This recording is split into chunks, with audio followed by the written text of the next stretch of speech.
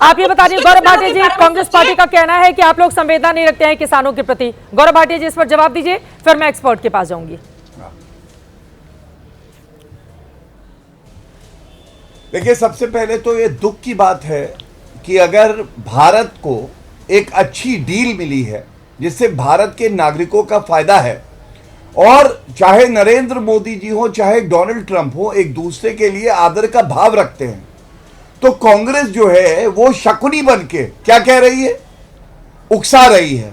अंगूठे के नीचे नहीं है प्रधानमंत्री और कुछ नहीं कर पाए, कॉम्प्रोमाइज है। ये क्या चाहते हैं समझिए चित्रा जी, ये चाहते हैं कि ऐसी डील ना हो पाए, भारत और अमेरिका में लड़ाई हो, भारत के नागरिकों का नुकसान हो। लेकिन ये होगा नहीं, क्योंकि हम लोग बहुत मैच्योर हैं। हम लोग उस 54 साल के अपरिपक्व बालक की तरह नहीं है जो कब कहा क्या बोलना है बोल जाए गलत और भारत का नुकसान कर दे। दूसरा, इन्होंने जो बात कही वो झूठी है, इनको ये भी जानकारी नहीं है। देखिए, मैं डोनाल्ड ट्रंप का ट्वीट ही आपको बता देता हूं, उसमें लिखा है they will likewise move forward. बीच में नहीं बोलिए मैडम। हाँ बोलिए, जल्दी से अपनी बात खत्म कीजिए। इन्होंने कहा 18% कर दिया गया है टैरिफ को जी, 18% कर दिया गया है टैरिफ को, लेकिन भारत ने 0% किया हुआ है, ये इनका कहना है। इनको ये नहीं पता है कि ऐसी बहुत बड़ी कैटेगरी है एक्सपोर्ट की चित्रा जी, जहां रेसिप्रोकल टैरिफ, दोनों कंट्री का टैरिफ 0 है। और डोनाल्ड ट्रंप का ट्वीट, दूसरी बात मैं बता दूं, स्पष्ट कहता है कि भारत अपना टैरिफ कम करेगा और non tariff barriers against the United states 0 रहेंगे। तो नॉन बैरिफ टैरिफ में 0 है और बाकी में कम करेगा।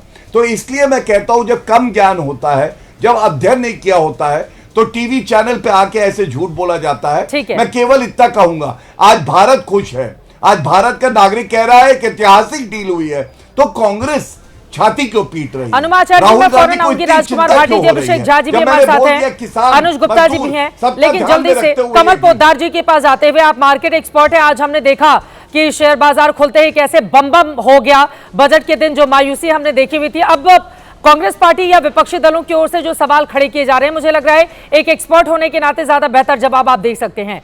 भारत के लिए कितनी बड़ी कामयाबी इस डील पर जो मोहर लगाई गई है? नमस्कार Chitra ji. As a business community अगर मैं इसको देखता हूँ तो ये एक बहुत बड़ा मूव है आज भारत के लिए। ये पूरी दुनिया को ये मैसेज है कि भारत को कोई नज़रअंदाज नहीं कर सकता। बिल्कुल। अभी हमने 4 दिन पहले ईयू के साथ डील फाइनल करी है, उसका इम्पैक्ट अभी आना भी शुरू नहीं हुआ है कि अमेरिका को ये समझ में आया कि अगर भारत से डील नहीं करेगा तो उसका कितना बड़ा नुकसान हो सकता है। ये उभरते हुए भारत की ताकत को बताता है, ये हमारे यहाँ के एमएसएमई की ताकत को बताता है, ये हमारे यहाँ के युवा शक्ति की ताकत को बताता है। आज कैपिटल मार्केट ने भी आपने देखा कि क्या उसको अच्छे से सलामी दी है। और यहाँ का जो मैन्युफैक्चरिंग सेक्टर है, मुझे लगता है कि ईयू के साथ और अमेरिका के साथ ये जो डील हुई है, और न केवल ईयू और अमेरिका के साथ बल्कि पिछले 1 साल में सरकार के प्रयासों से जो कई सारी डील हुई है, उन सबका क्यूमुलेटिव इफेक्ट हमें आने वाले 2-3 सालों में दिखेगा। और जो विकसित भारत का सपना है वो बहुत जल्दी साकार होगा। और मुझे लगता है कि ये डील हिंदुस्तान के एमएसएमई सेक्टर को, जो सबसे बड़ी ताकत है, जीडीपी में सबसे बड़ा योगदान जो हमारा यहाँ का एमएसएमई सेक्टर देता है, उसको बहुत बड़ा बूस्टअप इससे मिलेगा। बिल्कुल, आगे आने वाले वक्त में इसका काफी बड़ा असर देखने को मिलेगा। अनुज गुप्ता जी, अब सीधे आपके पास आते हुए, हमने देखा है मोदी ने आर्थिक संकट को कैसे सुधार का मौका बना दिया, और जब से 50% टैरिफ लादा गया था हमारे ऊपर, और उसके बाद हमने भारत का धैर्य भी देखा, दूसरे देशों के साथ बैलेंस ऑफ पावर भी देखा, और उसके बाद ईयू के साथ डील सील होने के बाद हमने देखा कि कैसे अमेरिका को भी झुकना पड़ा। यकीनन आप 50% की बात को लेकर आगे बढ़े थे और सीधे उसको 18% कर दिया गया। अनुज गुप्ता जी, हिंदुस्तान के लिए कितनी बड़ी कामयाबी है? धन्यवाद चित्रा जी। मैं तो एक ट्रेड एक्सपर्ट हूँ, तो मैं पॉलिटिकल तू मैं तो नहीं जाऊंगा। शायद मेरी बात ना भाजपा को अच्छी लगे ना कांग्रेस को, पर मैं तथ्यों पे जाऊंगा जी। सबसे पहले तो आपको देखना पड़ेगा प्रधानमंत्री नरेंद्र मोदी जी का क्या ट्रैक रिकॉर्ड है डील्स पे। क्या उन्होंने अलग अलग वर्गों के इंटरेस्ट को कॉम्प्रोमाइज किया है या प्रोटेक्ट किया है। तो सबसे पहले देखा जाए तो न्यूजीलैंड के साथ हमारी डील हुई है। बिल्कुल। न्यूजीलैंड ने अपनी हिस्ट्री में पहली बार उनके डेयरी सेक्टर को नेग्लेक्ट किया है और उसको डील में इंक्लूड नहीं किया है। डेयरी की सबसे बड़ी कंट्री वर्ल्ड में न्यूजीलैंड है। इतनी फेवरेबल डील हुई इंडिया के लिए कि न्यूजीलैंड में हाहाकार मच गया।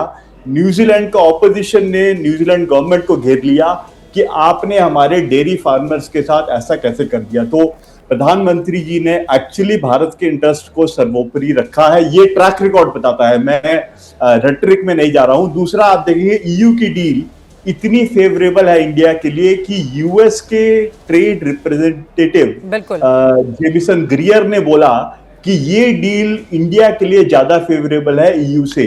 18 सालों तक जो ठंडे बस्ते में लटका हुआ था वो अब जाके कामयाब हुआ। जी तो एक तो कि कोई ऐसा हिस्टोरिकल एविडेंस नहीं है कि इंडिया ने अपने इंटरेस्ट को कॉम्प्रोमाइज किया है, बल्कि आप देखेंगे किसानों के लिए अलग अलग हितैषी काम किए गए हैं पुरानी डील्स में। एक बीच में अमेरिका के साथ और एग्रीमेंट हुआ था अलग अलग प्रोडक्ट्स के लिए। भारत के आम आज जा पा रहे हैं अमेरिका में बिकॉज वो एग्रीमेंट हुआ था करीबन 1.5 साल पहले।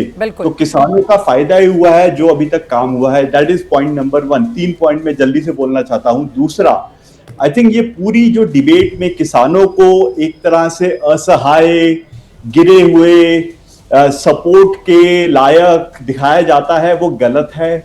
आई थिंक हमारे किसानों पे हमें भरोसा करना पड़ेगा। हमारी लेबर कॉस्ट वर्ल्ड में सबसे कम है। इसका मतलब सीधे सीधे हम बहुत कॉम्पिटिटिव हो सकते हैं। हमारे किसानों को मौका देंगे तो वो एक्चुअली पूरे वर्ल्ड में एक्सपोर्ट कर सकते हैं। बल्कि उसके एग्जाम्पल है हमारे चावल।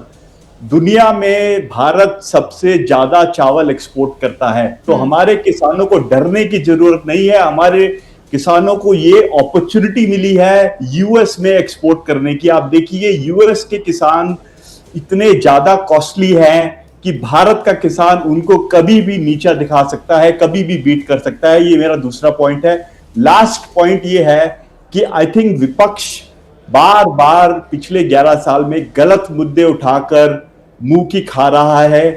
ट्रेड में समझने वाली बात है कि ट्रेड कभी भी विन लूज नहीं होता। वो एक ट्रम्पियन वर्ल्ड व्यू है, उससे बाहर आए। ट्रेड होता है विन विन।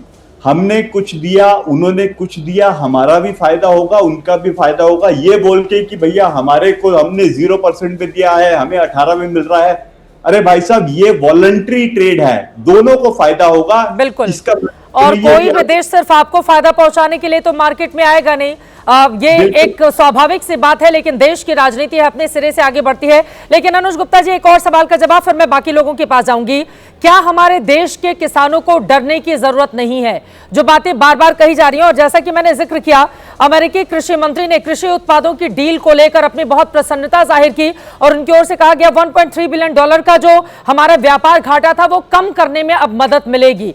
इसको लेकर लोगों के जहन में, किसानों के जहन में सवाल है कि ऐसा तो नहीं कि अमेरिका का ये बाजार खुल गया तो हमारे लिए नुकसानदेह हो जाएगा? अनुज गुप्ता जी, देखिए, किसानों को आपको पता होगा कि, या जानकारों को पता होगा कि यूएस में, यूरोप में वहां की सरकारें बहुत ज्यादा सब्सिडी देती है किसानों को जी।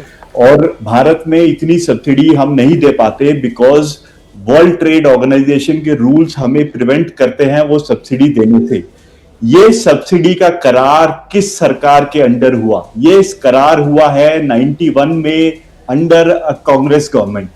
तो ये समझने वाली बात है कि अगर किसानों के साथ धोखा हुआ है वो एक कांग्रेस सरकार के अंदर हुआ है, और इसकी वजह से यूएस 100 गुना सब्सिडी दे रहा है भारत के मुकाबले, और वो वर्ल्ड ट्रेड ऑर्गेनाइजेशन के अंडर नहीं आ रहा है। उसके अंडर सैंक्शन और पेनल्टी नहीं लग पा रही है। तो पहले तो ये बात समझनी होगी। दूसरी बात मैं फिर से कहूंगा, हमारे किसान बहुत समझदार है, बहुत हार्ड वर्किंग है, बहुत पोटेंशियल है, और मुझे बड़ा यकीन है, बहुत बड़ा यकीन है कि ये ईयू डील और यूएस डील होने के बाद हमारे किसानों का डंका पूरे विश्व में बजेगा।